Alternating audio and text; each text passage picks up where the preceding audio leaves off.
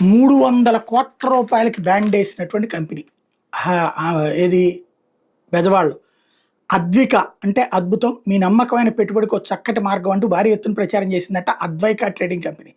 ఇది నమ్మి పెద్ద ఎత్తున డబ్బులు పెట్టిన వాళ్ళని ఎత్తిన టోపీ పెట్టింది. విజయవాడలో డిపాజిట్ల పేరుతో దాదాపు 300 కోట్లు వసూలు చేసి బోర్డు తిప్పేసినట్టు సమాచారం అంట.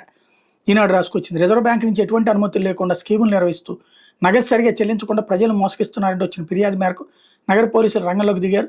నిర్వాహకుడు తాడేపల్లి వెంకటాదిత్యతో పాటు మరొకరిని అదుపులో తీసుకున్నారు. ఆదిత్య విజయవాడలో కొన్నాళ్ళు ఎల్ఐసి ఏజెంట్గా పనిచేశాడు.